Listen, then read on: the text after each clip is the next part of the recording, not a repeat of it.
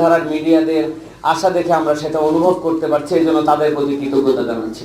আর পুরাতন বন্ধু যারা আমাদের, তাদের প্রতি তো কৃতজ্ঞতা অনবরত থাকবে, যে তাদের কল্যাণে আমাদের ভয়েসগুলো লাস্ট 15 বছর পর্যন্ত অনবরতভাবে চলেছে। সব কিছু বন্ধ থাকলেও ইউটিউব এবং ফেসবুক সহ অন্যান্য মিডিয়ার মাধ্যমে মসজিদের মিম্বারের যে প্রতিধ্বনি আমরা 15 বছর ধরে রেখেছিলাম, সেইটা কিন্তু আলহামদুলিল্লাহ একটা চূড়ান্ত বাস্তবতায় রূপ নিয়েছিল। আমি একদম সুনির্দিষ্টভাবে আজকের যে প্রস্তাবনা তার উপরে কিছু কথা বলতে চাই। প্রথম কথা বলতে চাই যে দার্শনিক কনফুসিয়াস একটা কথা বলেছিলেন যে তুমি যদি কোনো পাহাড়কে সরিয়ে ফেলার স্বপ্ন দেখো, তাহলে তুমি প্রথমে নুড়ি সরানোর সংকল্প করো, কেননা নুড়ি সরানোর মাধ্যমে তোমার পাহাড়কে তুমি সরানোর স্বপ্ন দেখতে পারো। এই কথার আলোকে আমরা বলতে চাই যে প্রথমে কেমন বাংলাদেশ দেখতে চাই, আমি দেখতে চাই যে আমাদের নিজেদের মধ্যে একটা পরিবর্তনের বাংলাদেশ দেখতে চাই। আমরা আমাদের দায়িত্ব আর কারো উপরে চাপায় দিতে চাই না, উমুকে আমার জন্য এটা করে দিবে, তুমুকে আমার জন্য করে দিবে, এইটা নয়, বরং আমরা চাই এখন থেকে আমাদের নিজেদের পরিবর্তন দরকার, যে এই পরিবর্তনের মাধ্যমে আমরা প্রত্যেকে শপথ নিতে পারবো যে আমি আসলেও একটা পরিবর্তন চাই। আমি নিজে বলি রাস্তাঘাট পরিষ্কার থাক, আমি পানের চিপ সব জায়গায় ফেলি, আমি আমার টিস্যু পেপারটা যেখানে সেখানে ফেলে দেয়, আর বলি আমি পরিষ্কার পরিচ্ছন্ন বাংলাদেশ চাই। এটা আমাদের দরকার নেই। এবং আম্বিয়ায়ে কেরামের পদক্ষেপ দ্বারাও বোঝা যায় তারা সর্বপ্রথম তাজকিয়ায়ে নফস করেছেন। নিজের পরিবর্তন না থাকলে, ভেতর থেকে সৌন্দর্য না আসলে এই সৌন্দর্য টেকসই কখনো হয় না। সুতরাং এটি আমাদের প্রথম পরিবর্তনের জায়গায় দেখতে চাই। দ্বিতীয় যেটি আমরা দেখতে চাই সেটা হচ্ছে, খুব ভালো করে খেয়াল করেন, অর্থনৈতিক পরিভাষায় একটি কথা আছে, সেটি হচ্ছে ডেমোগ্রাফিক ডিভিডেন্ড। ডেমোগ্রাফিক ডিভিডেন্ড মানে কি? কোনো জাতিগোষ্ঠীর যখন সর্বোচ্চ সংখ্যক মানুষ কর্মসক্ষম থাকে তখন সেটাকে বলা হয় ডেমোগ্রাফিক ডিভিডেন্ড। এখন বাংলাদেশে আলহামদুলিল্লাহ এই মুহূর্তে সবচেয়ে বেশি কর্মক্ষম মানুষ, তরুণ সমাজ এখন আমাদের সবচেয়ে বেশি। সুতরাং পরিবর্তনের পাথও এখন আমরা নিতে পারি, যেটার মাধ্যমে আমরা সামনের দিকে ইনশাল্লাহ পরিবর্তন করার জন্য চেষ্টা করতে পারি। 3 নম্বর যেটি আমাদের জন্য গুরুত্বপূর্ণ সেটা হচ্ছে রাজনৈতিক স্থিতিশীলতা।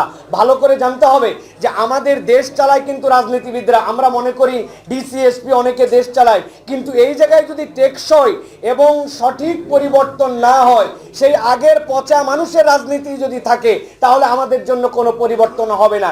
এই জন্য একটি কথা আমাদের মনে রাখতে হবে, আমাদের নেতার পরিবর্তন দরকার নাই, নেতা অটোমেটিক আল্লাহ তৈরি করবেন, কিন্তু নীতির পরিবর্তন আমাদের দরকার।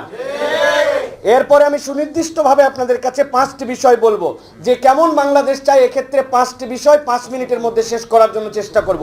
1 নম্বর, আইনের শাসন চাই। আইনের শাসনের অন্যতম একটা দিক হচ্ছে দায়িত্বশীলকে নাগালের মধ্যে পাওয়া। প্রধানমন্ত্রী, রাষ্ট্রপতি তারা এমন এক কবজার মধ্যে থাকবেন, কোনোদিন তাদেরকে দেখবে না। জীবনে বাজার করার জন্য আসে নাই, জীবনে বাংলাদেশের হাসপাতালে ট্রিটমেন্ট নেওয়ার জন্য আসে নাই। তার বাজার কে করে, বাজার অন্যদের হুঁশ নাই তার। এই জন্য যারা দায়িত্বশীলতার জায়গায় থাকবেন, সপ্তাহে 2 দিন তাদেরকে বাজারে আসতে হবে, আইন করতে হবে। ডাক্তার প্রেসক্রিপশন করে রেফার করার আগ পর্যন্ত বিদেশে কোনো ট্রিটমেন্ট চলবে না, স্থানীয় হাসপাতালে তার ট্রিটমেন্ট নিতে হবে। এটা যদি আমরা করি, এই মানুষগুলো তখন দায়বদ্ধতার জায়গায় আসবেন। সুতরাং আমরা এটা বলবো, আইনের শাসনের এটা অন্যতম দিক। সাথে সাথে বলবো, পুলিশের আপনারা ভাইয়েরা, আপনাদের এই পোশাকের প্রতি এমন পরিমাণ বাংলাদেশের মানুষের ঘৃণা জন্মেছে, যারা বর্তমান দায়িত্বে আছেন অন্তত পুলিশের পোশাকের কালারটা পরিবর্তন করেন। এই কালার আমরা দেখতে সহ্য করতে পারি না। 2 নম্বর, এই কালার পরিবর্তন করলে হবে না, কেবল পুলিশের ভিতর থেকে আমাদেরকে পরিবর্তন করতে হবে। এই জন্য এটা হচ্ছে দ্বিতীয় বিষয় আমাদের জন্য। 3 নম্বর বিষয় যেটা বলবো সেটি হচ্ছে দুর্নীতি দমন।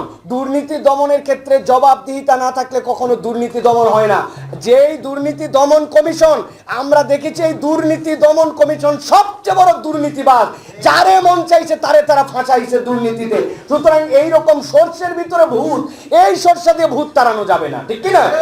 এই জন্য আমরা বলবো, দুর্নীতি দমন করতে চাইলে জবাবদিহিতামূলক আমাদের জন্য একটা সংস্কৃতি দরকার। এরপরে তৃতীয় যে বিষয়ের কথা বলবো সেটা হচ্ছে নৈতিক শিক্ষার পরিবর্তন। শিক্ষা ব্যবস্থাতে যেভাবে রন্ধ্রে রন্ধ্রে, আমরা এর আগেও সেমিনার করেছি, সেই শিক্ষা ব্যবস্থা রন্ধ্রে রন্ধ্রে যে পচন ঢুকানো হয়েছে, এটার থেকে বের না হলে জাতি কখনো পরিবর্তিত হতে পারে না। এক্ষেত্রে আমার ক্ষুদ্র একটি পরামর্শ আছে, সেটি হচ্ছে ধর্মীয় অনুশাসন মেনে আমাদের নৈতিক শিক্ষা আমাদেরকে দিতে হবে। কোনো ধর্মের উপরে কোনো ধর্মের ধর্মের শিক্ষা চাপায় দেওয়া যাবে না। বলবেন বিষয়টি কিরকম? আমি যদি ছোট্ট একটু ব্যাখ্যা করি। ইসলামী অনুশাসনে একজন মেয়ের জন্য হিজাব, একজন মেয়ের জন্য পর্দা পর্দার বিধান আছে, কিন্তু হিন্দু ধর্মে কিন্তু এই বিধানটা নাই। সুতরাং আমি যদি ইনজেনারেলি এটা চাপাই দেই তাহলে অন্যায় হবে। এই জন্য ধর্মীয় অনুশাসন মেনে আমাদেরকে সেই শিক্ষা কার্যক্রমে আগাতে হবে। ইসলাম কখনো সমকামিতাকে সমর্থন করে না, এলজিবিটি কিউকে সমর্থন করে না। আপনি মুসলমানের অধিকাংশের দেশে এই শিক্ষা ব্যবস্থা চালু রাখবেন, আবার মনে করবেন সমাজ পরিবর্তন হবে, রাষ্ট্র উন্নত হবে। এটা কখনো সম্ভব নয় এবং বাংলার জনগণ এটা মেনেও নিবে না। এটা অগ্রিম আমরা বলে রাখলাম। এলজিবিটি কিউ সমকামিতা এই শিক্ষা ব্যবস্থায় থাকতে পারে না। এখান থেকে আমাদের প্রহসনমূলক শিক্ষা ব্যবস্থা সংস্কার করতে হবে। চতুর্থ বলবো খাদ্য নিরাপত্তা। এখানে বুকে হাত দিয়ে বলেন, এই দেশে এক গ্লাস পানি আমরা একদম নিশ্চিন্তে খেয়েছি এরকম আমরা কেউ বলতে পারবো না। আমাদের ভয় লাগে, রাস্তাঘাট সব জায়গাতে খাবারের বিষ, দুর্নীতি। সুতরাং আমি আমার বাংলাদেশকে দেখতে চাই যে আমার খাদ্যে আমার কোনো বিষ থাকবে না, আমার খাদ্যে কোনো মরণ কিছু যুক্ত হবে না। এক্ষেত্রে আমাদের জন্য খুবই গুরুত্বপূর্ণভাবে উদ্যোগ নিতে হবে। সর্বশেষ একটি বিষয় বলতে চাই, সেটি হচ্ছে পরামর্শের ভিত্তিতে আমাদের রাষ্ট্র গঠন করতে হবে। পরামর্শ যদি না থাকে তাহলে কেবলমাত্র যদি মনে করে দায়িত্ব যে পাইছে আমি সব বুঝি আর কেউ কিচ্ছু বোঝে না, এই আমির বোঝাতে কিন্তু এই সব তরি ডুবে গেছে। আমি একটা কথা বলেছি, একটা কথার ভুলে আর একটা কথা না বলাতে কিন্তু এই পরিবর্তন। আমি আর উল্লেখ করতে চাই না, আপনারা ভালো করে বুঝে নেন। একটা কথা বলার ভুলে আর একটা কথা না বলার কারণে আজকের এই বাংলাদেশ আমরা পেয়েছি। সুতরাং আমি সব বুঝি, ক্ষমতা পাইলাম, পরামর্শ নিব না, এটা হতে পারে না। পরামর্শের ভিত্তিতে আমাদের এই দেশকে গঠন করতে হবে। লাস্ট একটা কথা বলতে চাই, আমরা ম্যানুফ্যাকচারার কান্ট্রি হইতে পারি নাই, আমরা অ্যাসেম্বলার কান্ট্রি হয়েছি। সুতা কিনি এক দেশ থেকে, মেশিন কিনি এক দেশ থেকে, তেল কিনি এক দেশ থেকে। আমি কেবল প্রোডাক্ট বানাই, সাপ্লাই করি না। অথচ আল্লাহ আমাদেরকে অন্যতম একটা ইন্ডাস্ট্রি দিয়েছেন, যে ইন্ডাস্ট্রির মূল্যায়ন কখনো কেউ করে নাই। সেটা হচ্ছে আমাদের কৃষি ইন্ডাস্ট্রি। আমাদের কৃষকদের দিকে নজর দিতে হবে, সিন্ডিকেট ভাঙতে হবে, কৃষককে সম্মান করতে হবে। আল্লাহ প্রদত্ত এমন এক দেশ যেখানে একটা বীজ ফেলতে দেরি, সেখানে গাছ উঠতে দেরি হয় না। সুতরাং এটাতে আমাদের নজর দিতে হবে।